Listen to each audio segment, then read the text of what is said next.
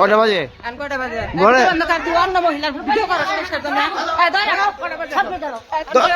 এখন চাইছে আর তাও 10-15 জন মিলে।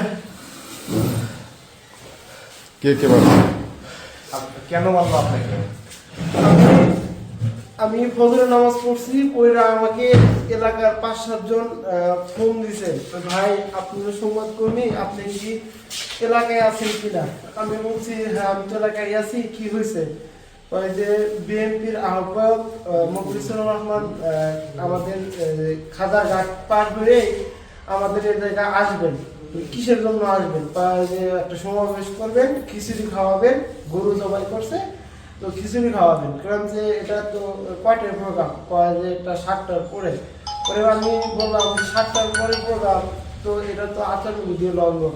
তো আমি সেজন্য আমাকে বারবার ফোন দেওয়ার কারণে আমি ওই ঘটনাস্থলে যাই সংবাদ সংগ্রহের জন্য।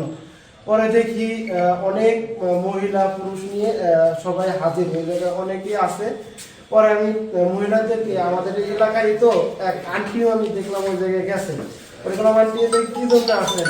আমাদের খিচুড়ি খাওয়াবে আর হচ্ছে 500 করে টাকা দিবে, আমি সেই জন্য আসছি।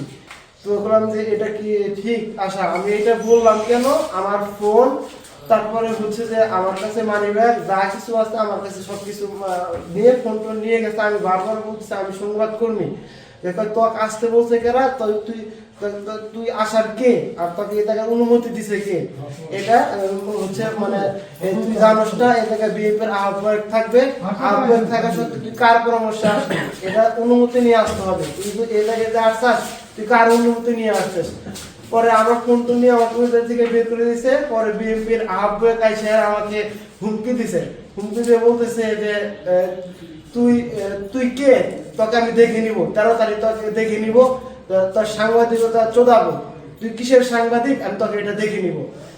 এটা বিএনপির আহ্বায়ক এবং কবির, যে ছাত্র দলের সাবেক কবির, আর হচ্ছে আমাকে অনারাভাবে আমাকে আর কি পিটাইছে আর মারছে, ঘুষি মারছে, বুকে বসি মারছে। আমি বারবার বলতেছি আমি সাংবাদিক, তাও তারা না শুনে আমার সবকিছু আর কি ফোন সব নিয়ে নিয়েছে। আপনি কি ওই যে প্রেস কার্ড দেখাইছেন? হ্যাঁ আমি প্রেস কার্ড সবই দেখাইছি, আমি বারবার বলতেছি আমি সাংবাদিক, আমার প্রেস কার্ড আছে, আমার তাও আমার ফোনে সব রেকর্ড আছে।